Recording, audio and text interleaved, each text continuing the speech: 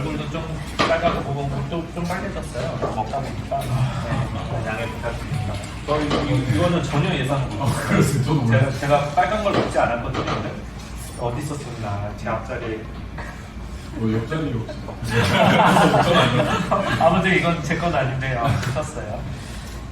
오늘 우리 회사의 인사평가 제도에 대해서 좀 설명을 드릴게요. 인사평가 제도에 대해서 설명을 드리는 이유는 지금까지는 어떻게 보면 대표이사가 원하는 인사평가 제도였어요. 그리고 이 인사평가 제도는 가능하면 공정하고 공평해야 되잖아요. 근데 공정과 공평은 많은 경우에 좀 상대적이에요. 그리고 다수의 동의가 필요해요. 많은 경우에. 그래서 혹시 그 책 읽어보셨나요? 요만한 책 정의란 무엇인가? 그 정도 상식인데 제가 읽어봤거든요. 까지 엄청 힘들게 읽어봤습니다. 근데 정의라는 거를 대다수가 동의하는 게 되게 어려워요. 근데 우리는 몇 명 안 되잖아요. 지금 스타트업이기 때문에. 그래서 적어도 우리 안에서 동의하는 정의를 만들어낼 수 있거든요. 그냥 대다수가 동의하는 공평, 정의 이런 것들을 만들어낼 수 있어요. 그래서 이거를 제가 어떻게 보면은 우리 회사 인사제도가 이런 식으로 변화해 왔고 그 다음에 지금부터 논의를 시작해보자 하는 발제의 의미가 있다고 보시면 될 것 같고요. 오늘 발표한 내용을 토대로 노동자 총회에서 좀 심도 있게 토론을 해주셨으면 좋겠어요. 그래서 저희가 인사평가 제도를 마이너하게 업데이트할 수 있는 기회가 금년에 한 2번 정도 있어요. 9월 인사평가, 12월 인사평가에 한번 반영할 수 있고요. 그 다음에 워크샵 때 한번 토론해서 내년 인사평가 제도는 완전히 뒤집어 엎을 수도 있거든요.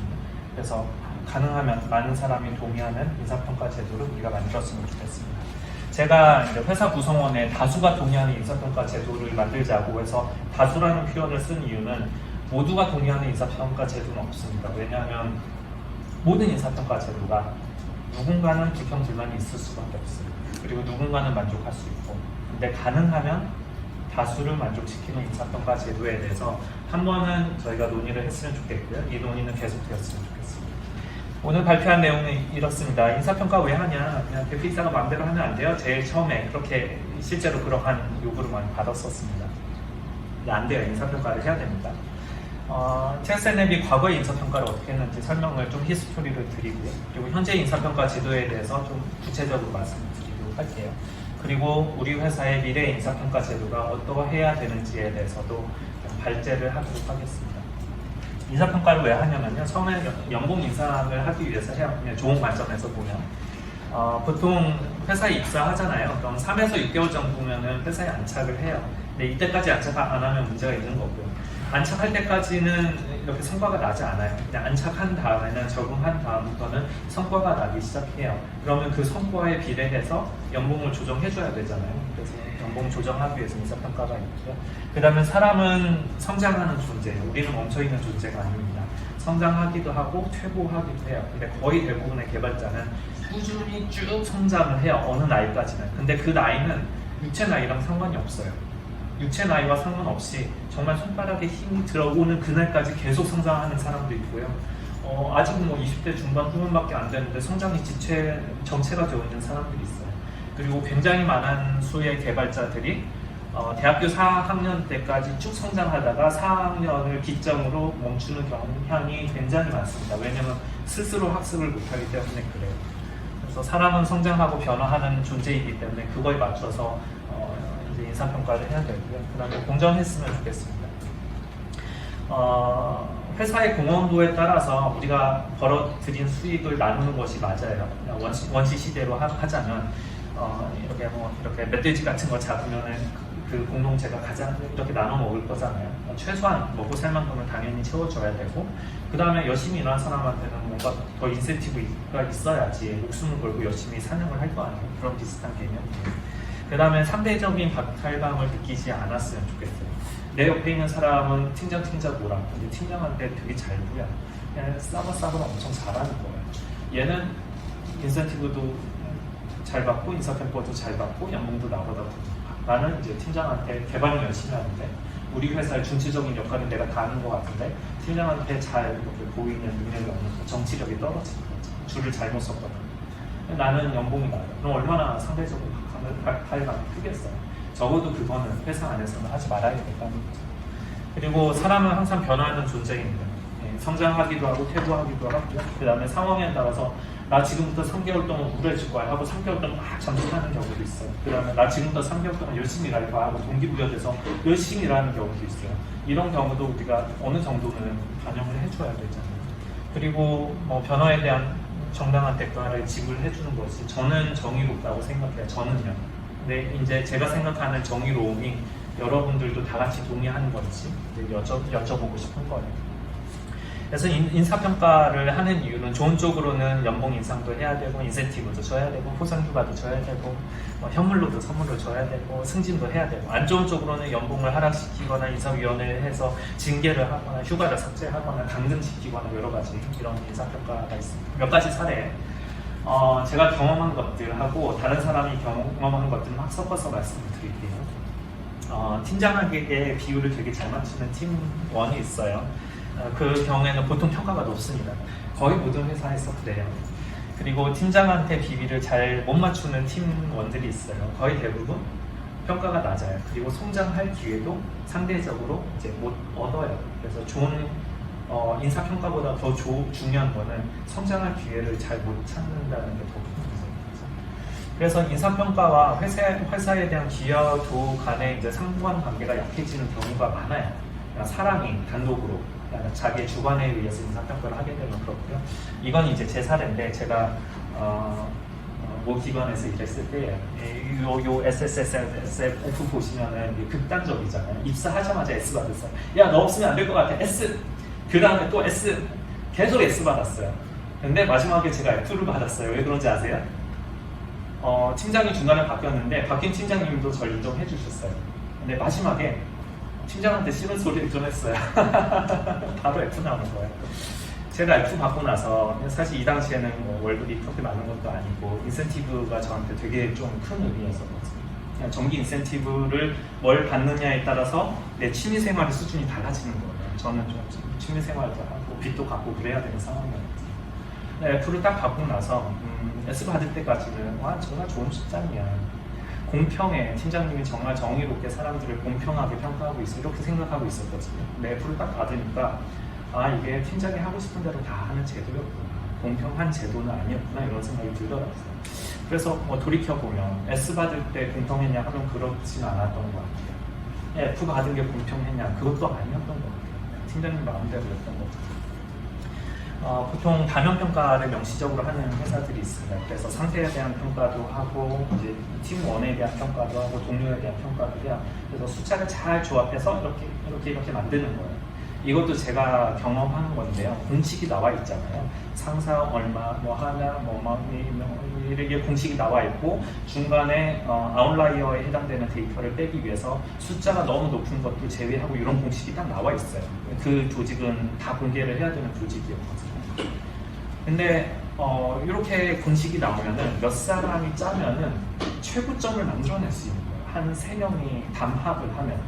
근데 당시에 저희 팀장이 제 얘기예요. 네, 저희 팀장이 되게 똑똑한 사람이었어요. 공식을 다 분석하고 이분은 통계에 전공이 있거든요. 좀 통계를 되게 잘하는 분이 있어요. 공식을 딱 까보더니 야 너는 얘한테 몇 점 주고 너희한테 몇 점 주고 서로 몇 점 줘 하고 숫자를 딱 맞추는 거예요. 전부 다 A가 나와요. 네. 그 팀만 유독 다른 팀은 다 막 BC 이러고 있는데 이 팀만 AS 그런 거예요. 물론 팀장이 S를 받고 그다음 팀원들은 A를 받도록 사전에 조율이 된 거죠. 이게 정당한 걸까? 하면 저는 아닌 것 같아요. 그리고 호봉제. 보통 예전에는 기술력으로 승부하는 회사가 아닌 경우에는 경험이 많이 쌓이면 많이 쌓일수록 어떻게 보면 실력이 올라가요. 예전엔 그랬을 수도 있어요. 근데 요즘은 좀 안 그렇죠. 그래서 이제 호봉제를 하게 되면 보통 나이가 많아지면 연봉이 올라갑니다. 그리고 능력이 특출나면 빨리 올라가고 이제 능력이 특출나지 않아도 이제 버티고 있으면 서서히 쭉 올라가요. 그래서 뭐 만년 과장 이런 단어가 이 호봉제에서 나옵니다. 그래서 사실은 까놓고 보면은 적당히 이제 초반에 열심히 해서 쭉 올려놓고 그 다음에 띵가띵가 하면서 이렇게 놀고 있으면은 그게 자기 자신한테 제일 유리해요. 왜냐면은 어느 정도 선까지는 올라가기 쉽거든요. 근데 그 다음부터는 올라가기가 되게 어려워요. 그 지점부터는 노력을 하는 것보다는 그 이제 업무 시간에 주식을 하거나 비트코인을 하거나 기타 등등을 하면서 이제 자기 자신한테 유리하도록 시간을 활용하는 게 많은 경우에 되게 유리하죠. 그 다음에 이제 협상에 의한 연봉제가 있습니다. 이건 이제 예를 들면 인사권자하고 협상을 해서 이제 연봉을 무조건 결정을 하는 제도예요. 개발자 중에 말을 굉장히 잘하고 협상을 잘하는 사람들이 있어요. 저도 직원 면접을 보잖아요. 그러면은 1년에 제가 보는 서류가 적어도 1000개 이상은 되는 것 같아요. 그 중에서 면접 보는 사람, 그 다음에 그 중에서 연봉 협상하는 사람들이 이렇게 쭉 걸러져서 나오거든요. 근데 개발자 중에 연봉 협상을 되게 잘하는 사람들이 있어요. 당연히 그 개발자들은 초봉을 되게 잘 받아요. 자기 실력과 상관없이. 우리 회사에도 그런 직원들이 있었고 지금도 있어요. 그런데 실제 일을 해보면 연봉 협상 능력, 밀고 당기기, 네고시에이션 하는 능력과 그 사람의 실제 회사에 컨트리뷰션 하는 거하고 비례하지가 않아요. 근데 저는 어땠을 것 같아요? 협상을 잘했을까 못했을까요? 저는 협상을 잘하는 편이었어요. 그동안. 그래서 항상 이렇게 잘 네고시에이션을 되게 잘했어요. 제가 원하는 연봉은 항상 만들어냈어요. 물론 그게 좀 적었을 수도 있긴 한데 제가 원하는 건 항상 제출을 해냈어요. 근데 협상을 못하는 사람들도 있거든요. 저보다 잘하는 사람. 근데 연봉 차이가 역전이 되는 거예요. 이게 과연 정당할까? 실력에 따라서 회사에 컨트리뷰션 하는 거에 따라서 연봉 책정이 되는 게 더 정의로운 거 아닌가 하는 생각이 들었어요. 그래서 과거의 인사평가는 그렇게 했어요. 그때는 뭐 한 4-5명밖에 안 됐기 때문에 이제 대표이사가 팀원들이 뭐 하고 있는지 다 알아요. 모두 업무 다 파악하고 집에 숟가락 젓가락이 몇 개 있는지는 몰라도 지금 어떤 마음가짐으로 회사를 다니고 있고 마음의 상태가 어떠하며 팀원 간에 어떠한 갈등이 있고 커뮤니케이션 얼마나 적극적으로 하고 있고 코드 리뷰를 누가 더 적극적으로 하고 누가 더 적극적으로 커뮤니케이션 하기 위해서 노력하고 있고 그 모든 상황을 다 파악할 수 있어요. 팀원이 한 5명에서 7명까지는 대표이사가 이제 팀장이 모든 걸 다 파악할 수 있어요. 이때는 팀장이 가지고 있는 하나의 기준으로 단 한 가지 기준으로 팀원들을 전부 다 평가할 수 있어요. 그 기준이 잘못됐느냐 잘 됐느냐 그러니까 그 기준이 옳은 기준이냐 옳지 않는 기준이냐의 차이가 있을 뿐이지 단일한 기준으로 모든 팀원에 대해서 일괄적인 평가가 되는 거예요. 그냥 어떻게 보면 가장 정의로운 평가예요. 그러지 않으세요? 그러니까 일관된 방식으로 단 한 가지 기준으로 조직 전체가 다 평가가 되는 거예요. 그래서 이제 과거에는 이렇게 평가를 했습니다. 그때 이제 아름 팀장님이 헷갈려. 아름 팀장님이 저보고 물어봤어요. 인사평가 비슷한 얘기를 둘이 하겠는데 그냥 대표님이 알아서 하세요. 근데 그때는 대표님이 알아서 하는 게 맞았어요. 왜냐면 대표가 모든 정보를 다 파악을 하고 있습니다. 그래서 이제 뭐 했었습니다. 그 당시에 제가 인사평가를 했던 몇 가지 원칙에 대해서 말씀드리면은 인사평가 결과와 최종 연봉이 비례하도록 어떻게든 조정을 했습니다. 연봉이 적으면 인센티브를 주고 연봉이 높으면 협박해서 그 연봉을 낮추고 물론 연봉을 낮춘 경우는 없습니다. 인센티브를 주는 방식으로 어떻게든 보완을 해냈어요. 그리고 두 번째 중요한 게 성별, 나이, 학력과 무관하게 순전히 회사에 컨트리뷰션 하는 거를 기준으로 인사평가를 하려고 매우 노력을 많이 했어요.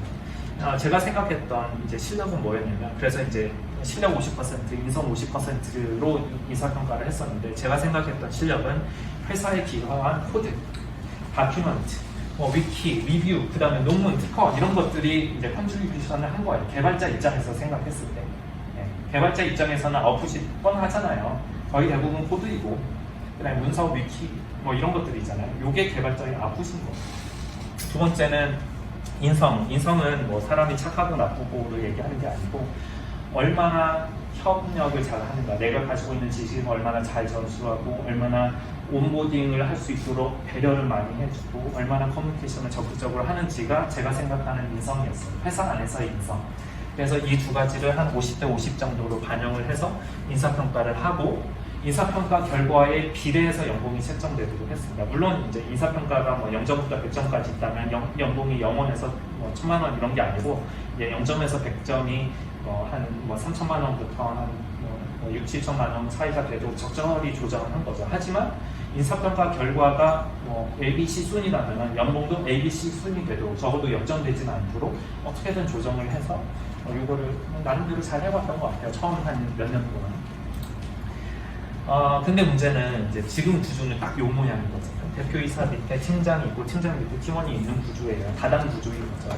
제가 예를 들면 뭐 지선 씨가 뭘 하고 있는지 사실 잘 몰라요. 알긴 아는데 잘 몰라요. 그 다음에 이제 각각 팀원들이 뭐 하고 있는지 저는 사실은 잘 몰라요.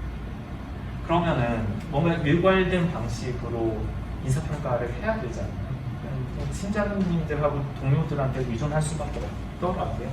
그래서 그 다음 바뀐 인사평가 제도가 이렇습니다. 일단 제 입장에서 보면은 제가 팀원들의 사정을 잘 모르고요. 그리고 두 번째는 팀장들만 관리하는 것도 힘든 거예요. 팀장이 몇 명이면 서너 명 되잖아요. 팀장들 관리도 힘든 거예요. 팀원들까지 손을 쓸 수가 없는 거예요. 그리고 문제는 제 마인드가 팀장의 마인드랑 같지 않아요. 팀장의 마인드가 저랑 같은 마인드가 아니에요. 팀장 마인드는 어떤 사람은 자기한테 싸바싸바를 잘하는 사람을 더 좋아할 수도 있어요. 어떤 팀장님은 저랑 동일하게 그냥 회사에 컨트리뷰션 많이 하는 사람을 더 좋아할 수도 있어요. 어떤 사람은 또 다른 기준이 있겠죠. 팀별로 팀장님들한테 평가를 하세요라고 그냥 얘기할 수가 없는 게 뭔가 기준점이 서로 다 다르게 되더라고요. 그래서 가능하면은 동일한 원칙을 가지고 이제 인사평가를 했으면 좋겠다 해서 규칙을 만들었어요. 첫 번째는 동료평가하고 이사회평가를 섞는 거예요. 동료평가를 하는 이유는 일단 제 입장에서, 이제 대표이사 입장에서 팀원들에 대해서는 저는 평가가 잘 안 돼요. 잘 모릅니다.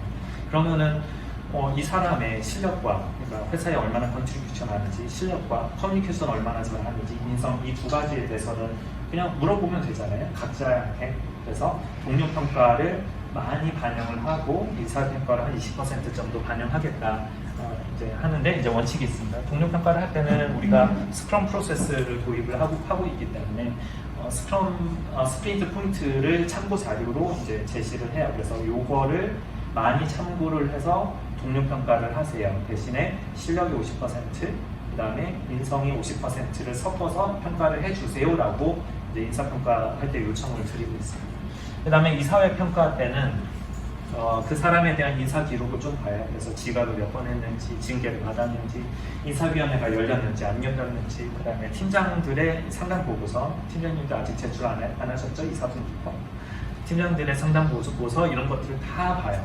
그리고 동료들이 보지 못하는 관점에서 이사회에서 또 한 번 평가를 해요. 그래서 이거를 이제 비율을 나누자면 동료평가 80%, 이사회평가 20%를 반영하도록은 전체적으로 구조를 만들어놨어요. 근데 문제는 뭐냐면은 동료평가 할 때 서로 상호간에 평가를 하잖아요. 네, 상호간에 평가하는데 이게 모수가 큰 경우도 있고 모수가 적은 경우도 있어요. 그래서 모수가 크면 아무래도 많은 사람이 서로에 대해서 평가를 하는 거기 때문에 좀 더 정확한 평가가 나올 수 있어요. 근데 예를 들면 윤씨 기사님이 하고 있는 업무가 다른 예로 AI팀이다 하면은 두 사람이 서로밖에 평가가 안 돼요. 그러면은 상대방에 대한 평가를 너무 일방적으로 그냥 한 사람이 결정해버리는 거잖아요. 그러다 보면 정확도가 떨어진다는 거예요. 그래서 모수에 따라서 최대 모수를 기준으로 동료평가를 80% 반영하고 모수가 너무 적다 하면은 이사회평가를 80% 반영을 하고 있습니다. 그래야지 이제 밸런스, 이제 모수 문제를 풀 수 있다고 생각을 했거든요.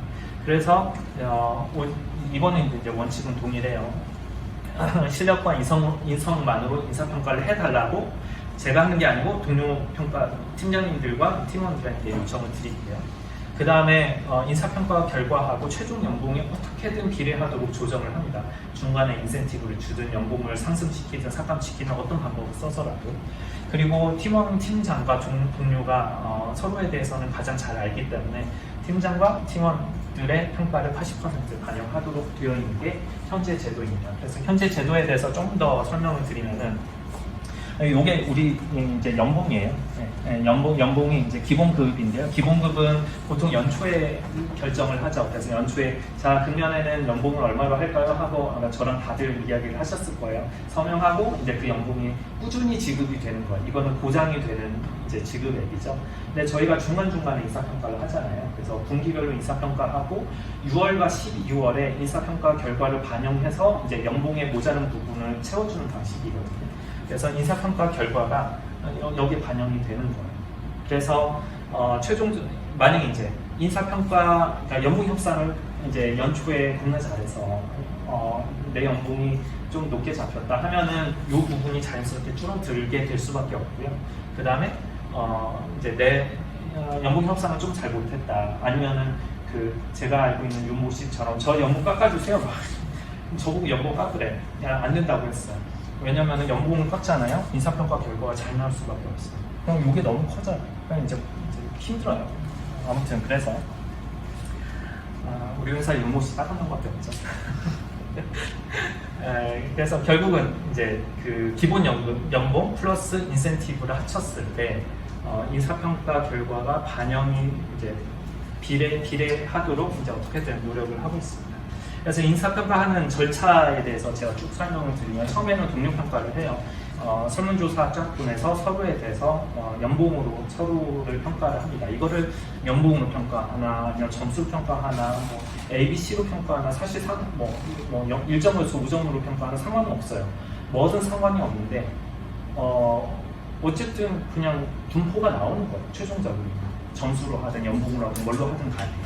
근데 저희는 자신의 연봉 대비 상대방의 연봉이 어느 정도가 적합하냐 하고 물어보는 거죠. 그거를 인성과 실력과 인성을 50대 50으로 섞어서 평가를 해달라고 요청을 해요. 근데 신기하게도요, 평균은 내잖아요. 거의 일치해요. 몇백만 원 차이가 안 나요. 신기하지 않아요? 저는 신기한데. 그리고 동료평가하고 그 다음에 이사회평가 해요. 그리고 이제 지금 동료평가에서는 팀장의 평가, 전체 100% 중에서 팀장의 평가를 40% 반영하고 이게 금년 초부터 저희가 바뀐 제도입니다. 작년까지는 이제 팀장, 팀원 상관없이 다 섞었어요. 근데 금년 초부터는 팀장을 40% 반영하고 팀원들을 평균 내서 40% 반영하고요. 그 다음에 이사회 평가를 20%를 반영합니다. 이거는 모수가 클 때, 모수가 적을 때는 이 부분이 20%로 줄어들고 이사회 평가가 80%로 커지죠. 그 다음에 이렇게 다 이제 결과가 나오면은 분포가 만들어져요. 요거랑 비슷한 분포가 만들어집니다. 그래서 이렇게 분포가 나오면은 이제 보통 제가 이 분포를 더하기 빼기 곱하기 나누기를 해서 조정을 해요. 그래서 보통은 이게 이제 로그 정규 분포라고 하는데 앞쪽이 크고 뒤쪽이 이렇게 좀 롱테일이 있는 분포가 나오거든요. 보통 거의 대부분 인사평가하면 이 분포에서 벗어나질 않아요. 근데 제가 결정하는 건 뭐냐면 자 이렇게 분포가 나오면 누가 S이고 누가 S가 몇 명이고 A가 몇 명이고 C와 D가 몇 명인지를 결정을 해야 되잖아요. 회사에서는. 왜냐면 이건 항상 움직이는 분포이기 때문에. 그래서 최종적으로는 제가 이제 분포가 나오면은 그 분포를 더하기 빼기 곱하기 나누기를 해서 이제 조정을 합니다. 분포를 조정하는 거예요. 사람 개인을 조정하는 게 아니고. 그래서 이제 분포가 나오면은 S가 몇 명이고 C가 몇 명이고 D가 몇 명이고 F가 몇 명인지가 최종 확정이 돼요. 그래서 최종 확정을 시킨 다음에 확정된 결과에 따라서 이제 인센티브를 지급을 하고 보통 인센티브를 지급을 할 때는 그 이제 확정된 결과에 따라서 그냥 저희 점수에 비례해서 n분의 1을 해서 인센티브를 지급을 합니다. 이게 제가 생각하는 나름대로의 공정이에요. 공평이에요. 그래서 현재는 이렇게 진행이 되고 있고요. 다른 회사와 차이점이 있어요. 다른 회사에서 뭐 S, A, B, C, D, F 있거든요. 근데 보통 S면은 잘하는 거고 A도 잘하는 거잖아요. F면 되게 못하는 거고. 근데 다른 회사는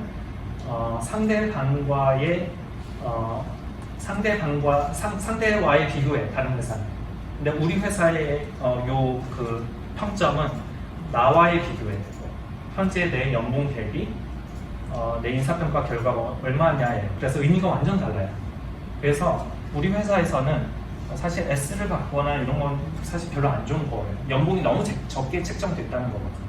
그러니까 내 실력에 비례해서 연봉이 제대로 책정이 됐다면 BC에서 왔다 갔다 하는 게 정상이에요.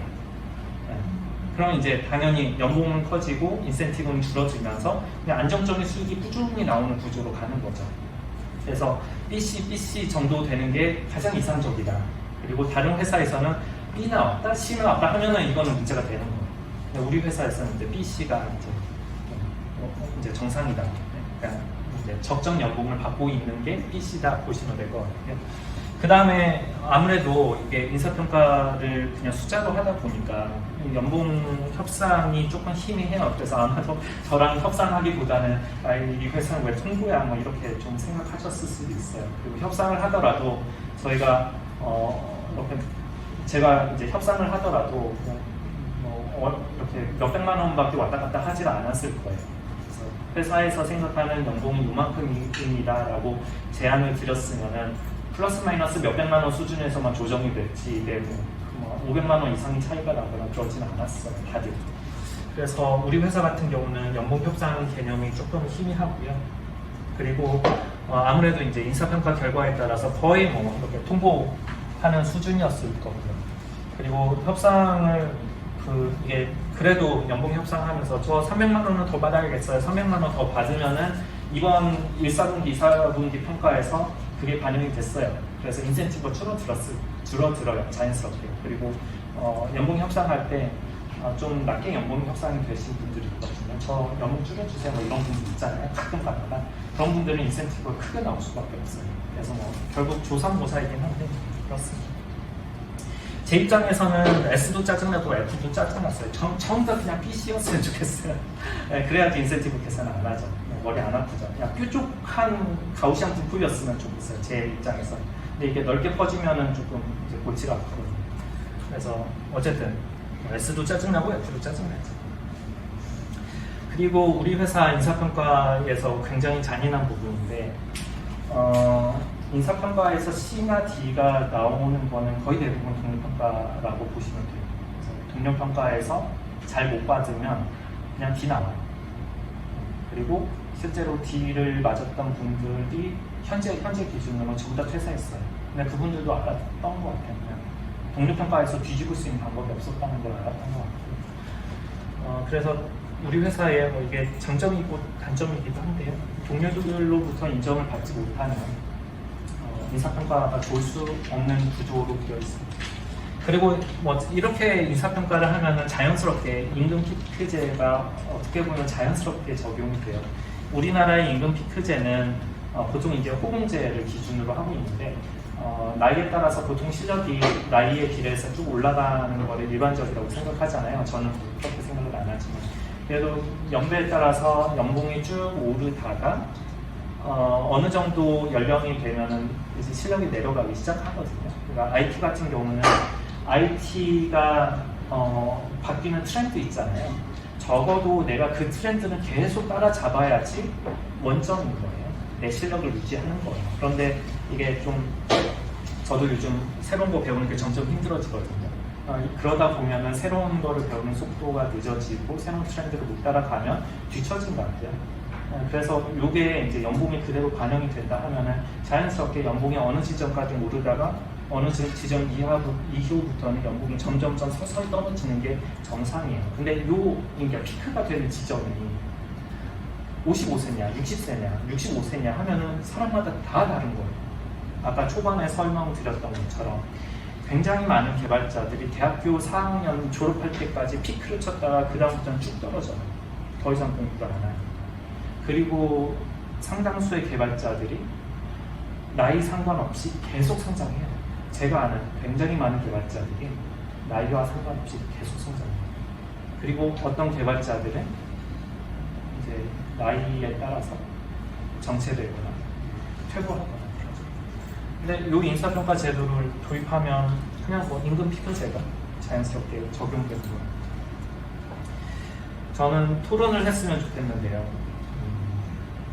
일단 모두를 만족시키는 인사평가 제도는 없어요. 모두를 만족시키는 인사평가 제도는 아마 이런 거일 거예요. 나이 상관없이, 실력 상관없이, 회사의 컨트리뷰션 상관하는 거에 상관없이 연봉 많이 주세요. 근데 이거는요, 사기업에서는 할 수 없고요. 공기업도 할 수 없고요. 저는 되게 안 좋은 방식이에요. 물론 할 수 없으니까 뭐 제가 평가할 수는 없지만 되게 안 좋은 방식이에요. 하지만 우리는 대다수가, 적어도 여기 앉아있는 대다수가 동의하는 인사평가 제도는 만들어 볼 수 있을 거예요. 그래서 무엇이 정의로운 것인지, 무엇이 공평한 것인지에 대해서 다 같이 이야기를 해봤으면 좋겠습니다. 몇 가지 원칙을 제가 좀 전제 조건을 드리려고 해요. 첫 번째는 실력과 인성으로만 인사평가를 했으면 좋겠어요. 성별, 나이, 학력, 지역, 종교, 친분, 생김새, 얼마나 예쁘게 생겼는지, 늦게 생겼는지, 잘생겼는지 상관없이, 키가 큰지 작은지, 머리가 큰지 작은지 상관없이, 몸무게, 마음씨, 착한 거, 나한테 잘 대해줘, 이런 거 상관없이, 이런 것들 다 무시하고 회사에 얼마나 컨트리뷰션 하는지, 그 다음에 얼마나 일하는데 적극적인지, 커뮤니케이션 얼마나 적극적으로 하는지, 이런 요소들만 가지고 인사평가를 했으면 좋겠어요. 네, 두 번째는, 이거는 제가 타협할 수 없는 부분입니다. 이 부분. 왜냐하면 TSN랩을 창업하는 동기하고 너무 밀접하게 맞물려져 있어서 제가 타협할 수 없는 부분이고요. 두 번째는, 아니 그러면은 실력과 인성이 뭐야? 제가 생각하는 실력은 회사의 그 산출물이거든요. 코드, 리뷰, 논문, 특허 이런 것들이거든요. 다큐먼트, 위키. 그 다음에 제가 아는 인성은 마음씨 착하고 살갑게 대하고 이런 것보다는 업무를 하면서 커뮤니케이션을 얼마나 잘하는지가 제가 생각하는 인성입니다. 근데 이 부분은 다 생각이 다를 수 있잖아요. 이 부분을 한번 토론해보고 좀 합의점을 만들었으면 좋겠어요. 그래서 공통된 합의가 나오면 이 부분은 이제 바꿀 수 있어요. 그리고 인사평가 결과와 연봉이 비례한다는 거는 어떻게 보면 되게 파격적이거든요. 일반적으로 이렇게 잘 안 해요. 근데 요거에 대해서 불만 있는 분들도 되게 많아요. 특히 많아요. 어쨌든 되게 많아요. 너도 불만이고 나도 불만이에요. 나는 열심히 하는데 열심히 한 거에 비해서 아웃풋이 적을 수도 있잖아요. 왜 내 노력을 인정을 못 해줘? 이런 얘기도 많이 나와요. 아니 내가 지금까지 수십 년 동안 여기서 갈고 닦은 게 있는데 왜 이건 인정을 안 해줘? 이런 얘기 다 자연스럽게 나오는 거예요. 왜냐면 아웃풋만 보니까.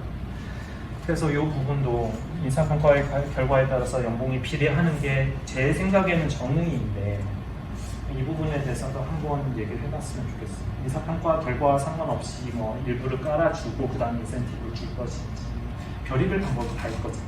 그래서 이 부분에 대해서 다 같이 토론을 해봤으면 좋겠습니다. 그래서 제가 발제하려는 내용은 이거예요. 자, 인사평가 원칙은 제가 제시하는 거예요. 정의롭고 공정한가? 한번 생각해 보셨으면 좋겠어요. 그 다음에 현재 인사평가 제도는 어떻게 보면 대표이사의 의지로 만들어온, 주도적으로 끌어온 인사평가 제도잖아요. 이 인사평가 제도보다 더 좋은 제도가 있는지, 방법론에서 더 좋은 방법론이 있는지 다 같이 얘기해 봤으면 좋겠습니다. 개선한다면 어디를 개선해야 될까요? 그래서 제가 이제 생각한 순서는 이거예요. 제가 오늘 좀 발제를 한 거고요. 노동자 총회에서 한번 논의를 해주세요. 그래서 어느 정도 결과를 내주셨으면 좋겠고요.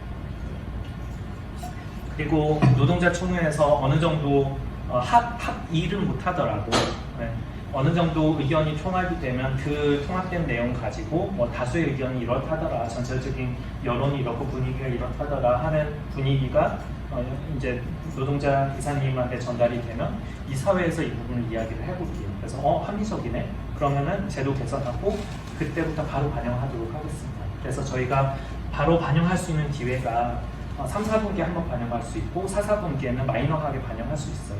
그리고 만약에 노동자 총회에서 자 우리 처음부터 끝까지 다 뜯어고치자 하면은 의견을 만들어주세요. 만들어주시면은 철저하게 토론하고 보완해서 내년부터 완전 개편된 인사제도를 도입할 수 있을 것 같아요. 그래서 3, 4분기, 4, 4분기 이렇게 두 번의 마이너한 수정을 두 번 하고요.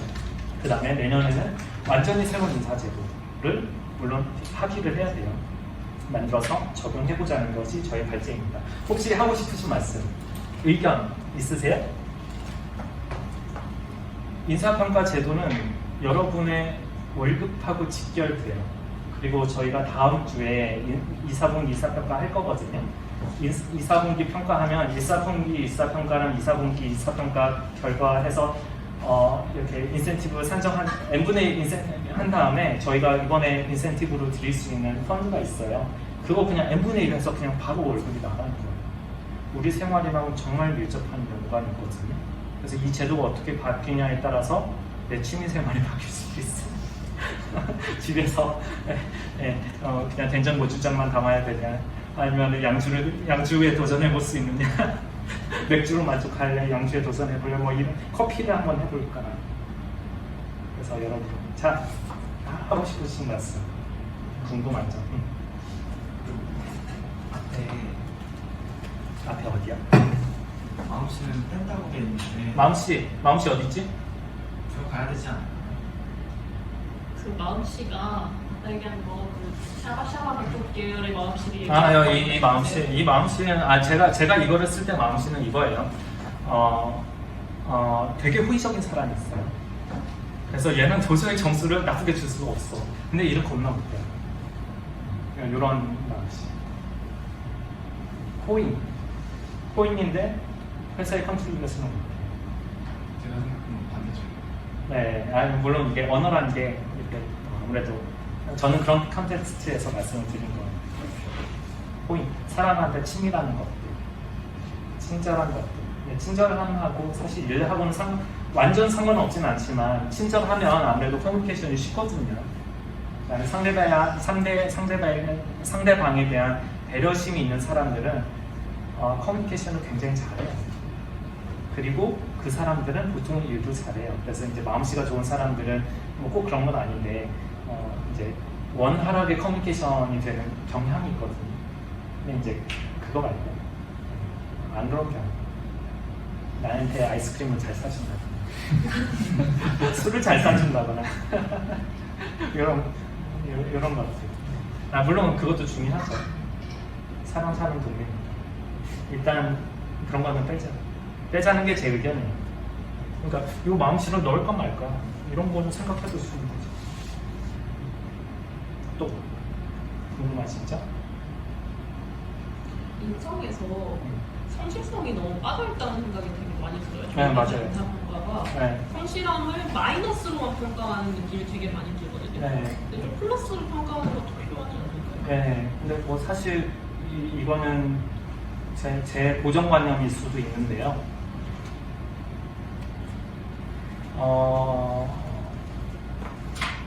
보통은 성실한 사람들이 좋은 아웃풋을 많이 내요. 양도 많고 질도 높아요. 보통은. 근데 가끔 가다가 성실성과 상관없이 굉장히 좋은 아웃풋을 만들어내는 사람들이 있어요. 그러니까 그런 얘기가 아니고 제 얘기는 무조건 지각하면 마이너스로 들어가잖아요. 맞습니다. 그렇게 들어가는 게 아니고 평소에 꾸준히 찾던 사람이 어떤 한번 지각이었을 때는 마이너스로 평가하지 않는다. 뭐 이런 종류의 기준이 거의 없는 것 같이 바로 인성평가로 들어가는 느낌이 들거든요. 예, 맞아요. 그거는 그렇게 공평한 태도라고 생각하죠. 네, 그 부분도 좀 같이 논의를 해봐야 되는데요. 그 부분은 동료평가에는 안 들어가고 이사회평가에 들어가잖아요. 네. 저희는 거의 대부분 재택근무를 하고 있어요. 근데 지금까지 우리 회사의 가장 큰 문제가 뭐였는지 아세요? 지각이에요. 지각을 정말 많이 해요. 근데 우리 회사에서는 형식이 없잖아요. 어떻게 보면 지금은 우리가 다 모여 있으니까 이렇게 이제 서로 감정적인 의사소통이 되지 않아요. 적극적인 의사소통도 되고. 근데 재택근무인데 지각을 한다는 거는 회사에서 마음이 떠났을 가능성이 되게 높아요. 그것도 반복적이다. 네, 그래서 제 얘기는 마이너스로만 평가하는 게 아니고 플러스로 평가하는 것도 필요하다. 지각을요? 아니요, 성실성을. 성실성은? 그러니까 매일매일 똑같이 하는 사람들한테 평점을, 그러니까 똑같이 지각 안 하는 사람한테는 기본적으로 평점이 약간 인성평가에 플러스 점수가 살짝 들어가야 되는 게 아닌가. 지각 안 하는 사람들 평점이 0점인 거랑 지각하는 사람들 평점을 마이너스 주는 거랑 똑같죠? 똑같다고 생각하지가 않는 게 네, 매번 지각 어차피 합산해서 저희는 그러니까 연봉만 생각하면 그런데 지각 어쩌다가 저 초반에 아직도 기억을 하거든요. 빗길 때문에 버스가 늦었어요. 그것 때문에 했는데 인사평가에서 벌점이 들어간 거 아직도 기억을 하거든요. 네, 죄송해요. 근데 그런 거는 저는 좋은 방법은 아닌 것 같아요. 왜냐면 너무 사람한테 스트레스가 와요. 네. 근데 참고로 설명드리면은 그때 결정은 안 들어갔고요. 왜냐 한 번이었으니까. 그리고 저희가 처음에 지각하면은 그 반영을 안 해요, 인사평가에. 그러니까 무슨 말인지는 알겠는데 근데 약간 그 제도적인 실수는 실수라고 보는 거죠. 네, 근데 그게 바깥으로 티가 나는 게 필요하다는 생각이 있습니다. 그러니까 무조건 메일이 날라오잖아요. 그러니까 메일이 그런 부분이라던가 이제 그런 네. 그러니까 사람이 대하는 데 있어서 너무 칼국 붙는 느낌을 받으면 좀 부담스러워요. 네. 저는 그렇게 생각합니다. 예. 그래서 이게 지각에 대해서 굉장히 스트릭해요. 예. 네, 그런 거. 예, 근데 그 부분을 조금 느슨하게 하라는 부분에 대해서 저도 지금은 동의해요. 한 달 전까지는 제가 동의가 안 됐을 텐데 지금은 그 문제가 거의 해결이 됐기 때문에 동의해요. 예, 그래서 그 부분에 대해서는 저희가 수정하도록 하겠습니다. 좀 스무스하게 지나갈 수 있도록 인사위원회를 다시 열어서 제도 개선을 하도록 하겠습니다. 지선 씨, 이 부분은 회의 주제로 올려주세요. 네, 또 하고 싶으신 말씀? 저는 실력을 이제 저희 동료를 평가하는 거에 있어서 자기 업무 기준으로 평가를 하는 거잖아요. 근데 이제 보충이라고까지 말해야 될지 모르겠지만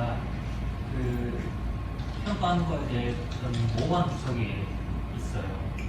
예를 들어서 자기가 이 업계에서 불만큼 불렀다 하면은 사실 어느 정도의 성과와 어느 정도의 연봉이 적절한지 매칭할 수 있는 어떤 그걸 보는 눈이 있겠지만 사실 경력이 얼마 안 된 친구들이 그런 걸 평가한다는 거는 순전히 어떻게 보면은 자신의 감에 의해서 판단하게 되는 것 아니면 내가 어디서 단편적으로 들은 것 이런 것을 의존하게 된단 말이에요.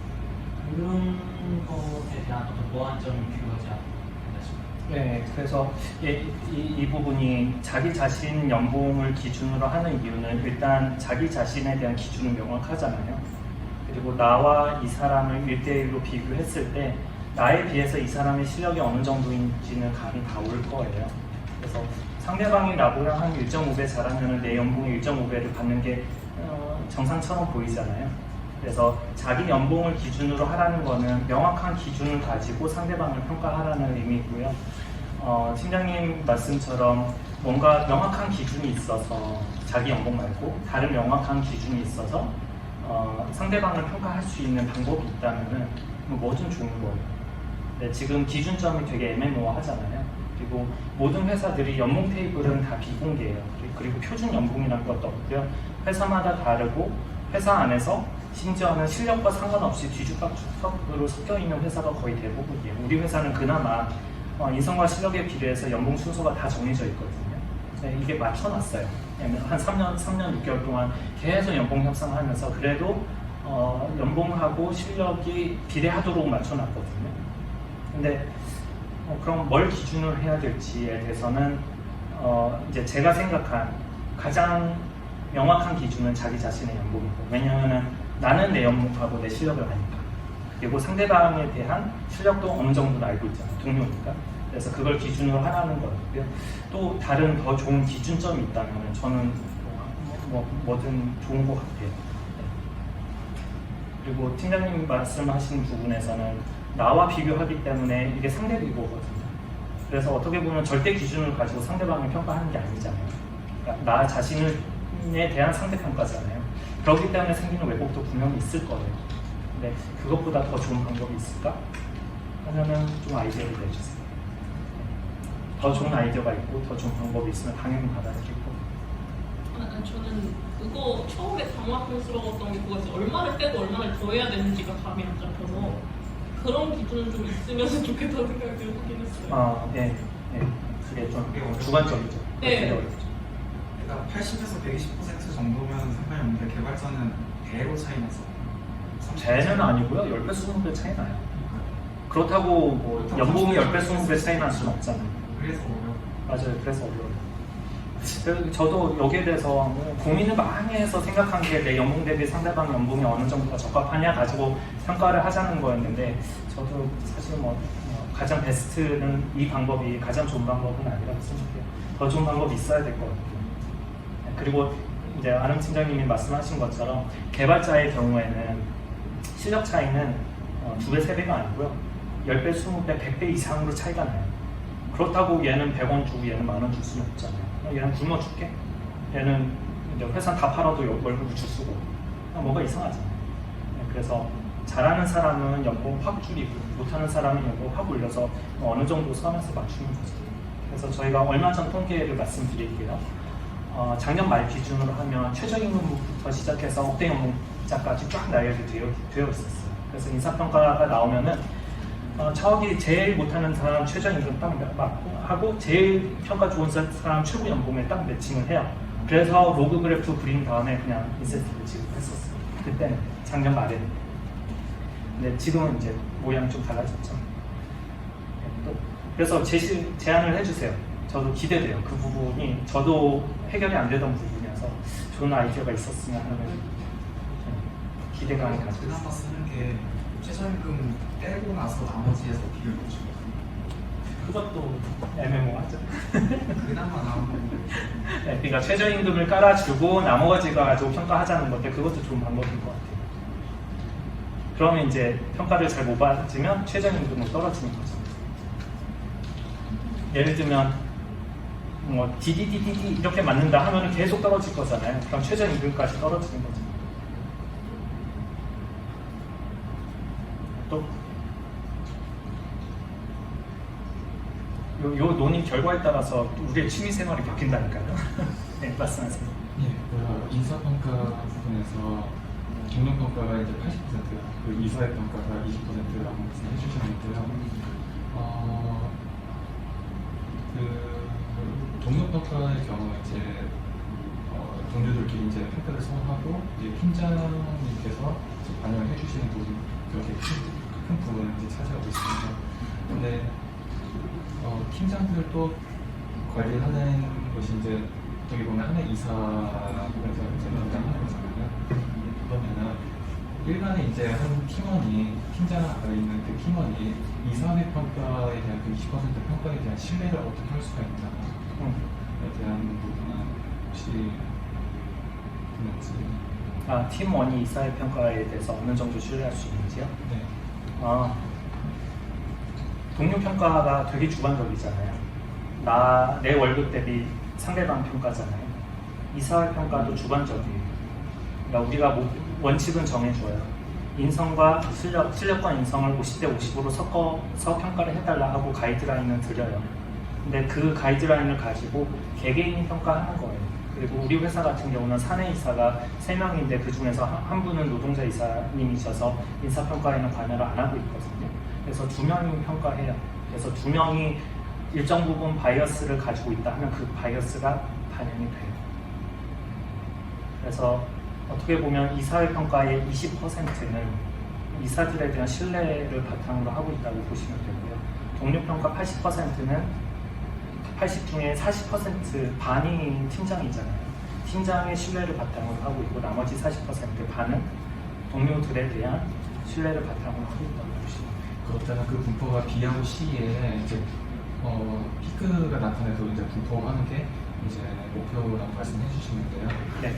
근데 아까 그 구조적 하이라키처럼 되어 있는 그런 구조에서 보면은 말단의 팀원들이 많으면 많아질수록 내 가장 루트에 있는 그 관리자는 아래에 있는 팀원들을 다 이제 관리를 할 수가 없는 상황인 거잖아요. 근데 인사평가 같은 경우는 이사회가 평가하는 건 다 개개인을 타겟에서 평가하는 건데 그러면은 그 바이어스라고 하는 게 직접적으로 뭐 이사회에서 잘 보여지는 사람이나 아니면 어떤 눈에 걸리는 사람들만 이제 바이어스가 심해지고 맞아요. 네, 그런 부분이 있죠. 그래서 그 이사회에서 참고하는 자료랑 동료 평가할 때 참고하는 자료가 서로 다르거든요.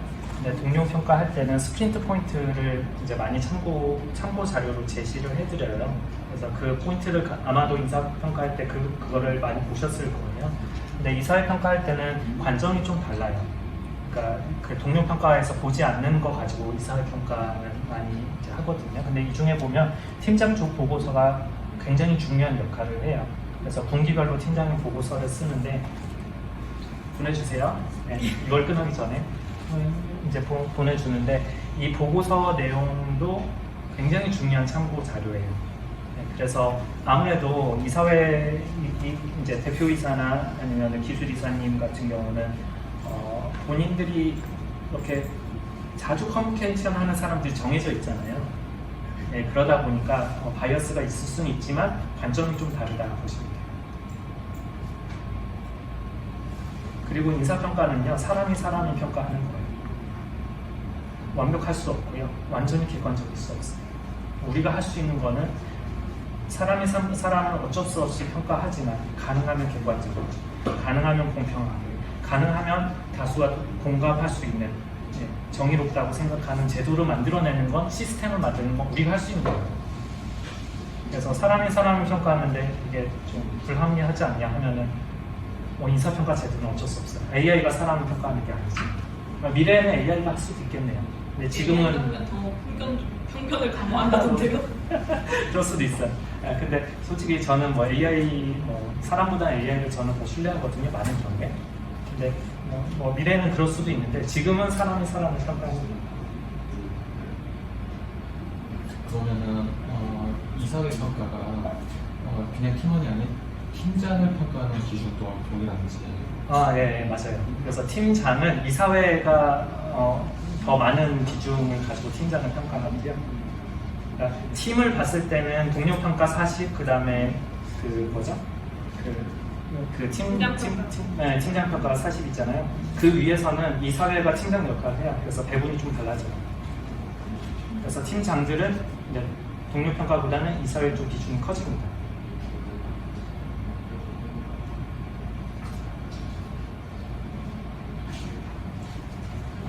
이 질문은 안 나오네. 이사회에 대한 평가는 누가 해요? 네, 아직 평가 안 하고 있어요. 주주가 하지 않나요? 네, 주주가 하죠. 그럼 팀장 평가 40도 가변적으로 해야 되지 않나요? 네. 저희 팀 같은 경우는 팀장평가 의미가 없는데. 그 팀은 엄청 다르잖아요. 팀장평가 40이요? 의미가 있죠. 지금 참고로 그 AI팀은 숫자가 되게 적거든요. 그래서 아람 팀장님의 평가가 팀원들 평가에 굉장히 절대적인 부분을 차지했어요. 그래서 팀장의 그 평가가 되게 중요했어요. 근데 참고로요, 여러분이 평가한 거를 다 평균 내잖아요. 많이 차이가 안 나요. 바이어스가, 베리에이션이 크지가 않아요. 누구는 2,000으로 평가했는데 누구는 뭐 한 5,000으로 평가, 이런 거 없어요. 근데 몇백만 원에서 왔다 갔다 해. 그러니까 이 평가가 사람이 사람을 평가하는 거임에도 불구하고 베리에이션이 크진 않아요. 그리고 너무 크면은 얘는 그냥 좀 이상 데이터인 것 같아 해서 좀 개입을 해요. 최종이라고 숫자 만지작 할 때 순서를 바꾸지 못하는데 얘는 좀 이상하네 하면 올리기도 하고, 얘는 너무 높네 하면 내리기도 하고, 그 작업을 해요. 그래서 최종적으로는 조정을 하는데 순서는 안 바뀌어요. 네, 또 궁금하신 점 없으시면은 이건 여기서 마치고요. 제가 하나만 더 할게요. 후다닥 하겠습니다.